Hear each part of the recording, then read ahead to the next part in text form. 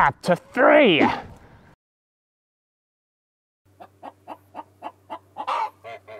Au fond, l'apparition de cet homme capitaliste n'est qu'un seul signe parmi d'autres d'une plus grande transformation sociale. Cette transformation, Weber en parle dans tous ses livres. C'est le thème commun à toute son œuvre, la rationalisation du monde. Littéralement, c'est le processus par lequel la raison devient le moyen privilégié d'expliquer le monde. La rationalisation implique donc l'abandon de la foi religieuse, mais pas seulement. Plus globalement, toutes nos actions sont de moins en moins motivées par la tradition et par l'émotion. Ce qui les guide désormais, c'est la quête rationnelle d'efficacité. Donc dans la société, les relations affectives, les fêtes religieuses ou les rituels magiques deviennent minoritaires. Le droit prend de plus en plus de place. La plupart des relations sociales sont codifiées par des contrats. Au final, les rapports sociaux deviennent à la fois plus utilitaires et plus cadrés. Par exemple, pour Weber, l'idéal type de la règle contre la passion, c'est le fonctionnaire. Le fonctionnaire est une espèce en plein développement avec la rationalisation. Rationnel, il répond strictement à ce qui a été défini dans son contrat. Il exécute ses tâches de manière parfaitement impersonnelle, suivant mot à mot les procédures administratives. Il n'y a pas de place pour les émotions pour le fonctionnaire. C'est parce qu'il applique les règlements à la lettre qu'il est efficace.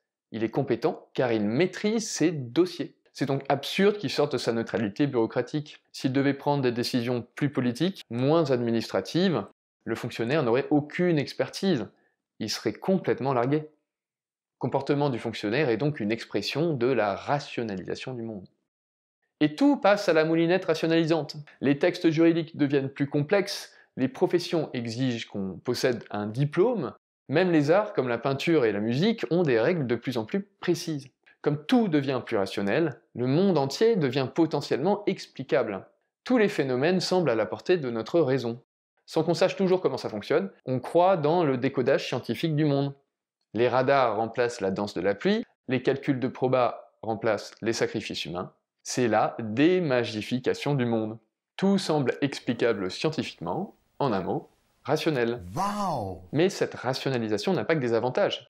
Plus l'inexplicable et l'irrationnel reculent, plus le monde nous paraît mécanique et froid, jusqu'à ce que, pour Weber, la vie semble ne plus avoir aucun sens.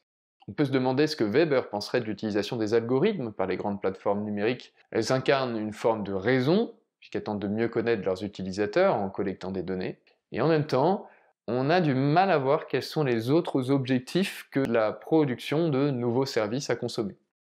D'ailleurs, si vous avez regardé cette vidéo jusqu'ici, c'est le moment de vous abonner à la chaîne et de laisser un petit commentaire. Ça m'aide vraiment pour le référencement de mes vidéos. C'est grâce à vous, grâce à ça, que je peux avoir plus de visibilité et, si le Dieu protestant le veut, que je pourrai trouver des financements pour pouvoir publier plus régulièrement.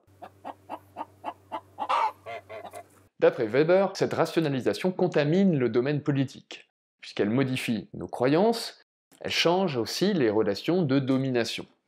Auparavant, on se soumettait au roi car on croyait dans l'importance de la coutume, de la tradition.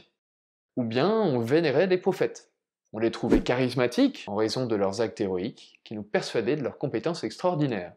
Avec la rationalisation du monde, c'est la loi qui prend le relais de la domination. Désormais, ce en quoi nous croyons, c'est dans les règlements légaux. Nous croyons que ces règlements sont impersonnels et objectifs, et donc nous nous soumettons à eux, généralement de bonne foi.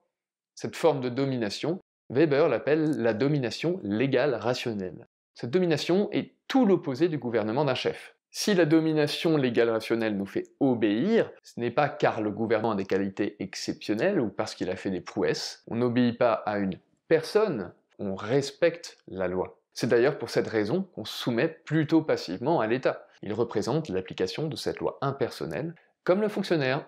Et comme l'État est chargé de faire respecter cette loi, nous lui reconnaissons même le droit d'exercer la violence sur le territoire. Et surtout, qu'il soit le seul à en avoir le droit. La rationalisation influence le rapport de Weber à la science. Weber voit bien qu'avec l'avancée irrésistible de la raison et des connaissances, c'est plus possible de tout savoir et tout connaître. Face à cette montagne de connaissances qui grossit et grossit, le savant est obligé de se spécialiser. Weber le vit super mal, car il a toujours cru pouvoir devenir un grand savant, comme son modèle, Goethe. Weber est tellement préoccupé par cette fatalité qu'il se fixe une règle de conduite. L'enseignant doit s'interdire de donner son avis politique en cours. Il doit garder son opinion sur ce qui est bien et mal pour lui, plutôt que de le partager en classe. Que se passe-t-il si un prof ignore cette règle? Eh bien, il impose ses propres valeurs à ses élèves ou à ses étudiants. Ben voyons. Pour Weber, ça pose un problème, car vu que le savant moderne a une connaissance limitée du monde, son avis a toutes les chances d'être au moins discutable. Il est temps de basculer dans la modernité et il est temps de réfléchir autrement qu'avec des jeux vidéo. En clair, il y a de fortes chances qu'ils disent de la merde. Pour Weber, prétendre incarner ce pouvoir tout-puissant en classe, c'est donc jouer au prophète. Et en plus, c'est se faire plaisir, car il n'y a pas de contradicteur dans la salle vu que les élèves doivent obéissance au prof. Donc, si un prof veut défendre la cause des poulets à l'école, il doit le faire en dehors du cadre de son cours, dans la presse, les associations, voire sur YouTube. Le savant de Weber peut donc être engagé politiquement, à condition de se montrer responsable et de ne pas profiter de sa position de scientifique pour faire passer ses idées. Justement, Weber n'était pas que prof, il était très engagé politiquement à côté de ses cours. Comme de nombreux Allemands, Weber est affecté par l'état de son pays. Après la défaite de la Première Guerre mondiale, l'Allemagne est à genoux. On lui confisque de nombreuses ressources et doit s'endetter auprès des vainqueurs. C'est une humiliation nationale. De plus, pour Weber, la puissance de l'Allemagne est menacée de l'intérieur. D'abord, les fonctionnaires prennent trop d'importance. Ils sont certes utiles et sérieux, mais ils sont aussi trop soumis et ne savent pas prendre de décisions politiques. Il y a aussi les révolutionnaires, que Weber critique fortement. Pour lui, les révolutionnaires n'ont pas peur d'agir au nom de leurs idéaux, mais ils sont tellement abrutis par leurs propres convictions politiques qu'ils se cognent complètement des conséquences de leurs actes. Weber a une idée précise de l'homme politique qu'il faut pour l'Allemagne. L'homme politique doit être capable de redonner du sens en montrant la voie à suivre au pays. Il doit donc être convaincu, passionné, mettre la main dans la roue de l'histoire, et en même temps, il ne doit pas se défiler devant ses responsabilités. Si jamais il ne tient pas son cap, il doit donc être lucide et assumer ses fautes. Pour soutenir la vision de son pays, Weber s'implique sans relâche et dans de nombreux projets. Commente la stratégie allemande dans les journaux, participe à la rédaction de la nouvelle constitution allemande, il adhère à un mouvement nationaliste allemand et il crée même un parti politique. En 1920, Weber meurt.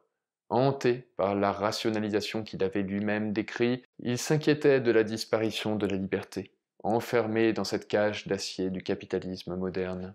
Tiraillé toute sa vie durant entre carrière universitaire et vie politique, il n'a pas vraiment été l'homme politique dont il rêvait. Son engagement politique, sa vocation, étaient réels, mais il semble finalement moins important que son engagement dans la science. Reconnu aujourd'hui comme l'un des pères de la sociologie, il est toutefois, rationnel ou pas, certainement le plus politique d'entre eux. Weber a dit que les protestants flippaient leur mère. Faut se mettre bien pépère dans les airs, éviter Lucifer sous terre.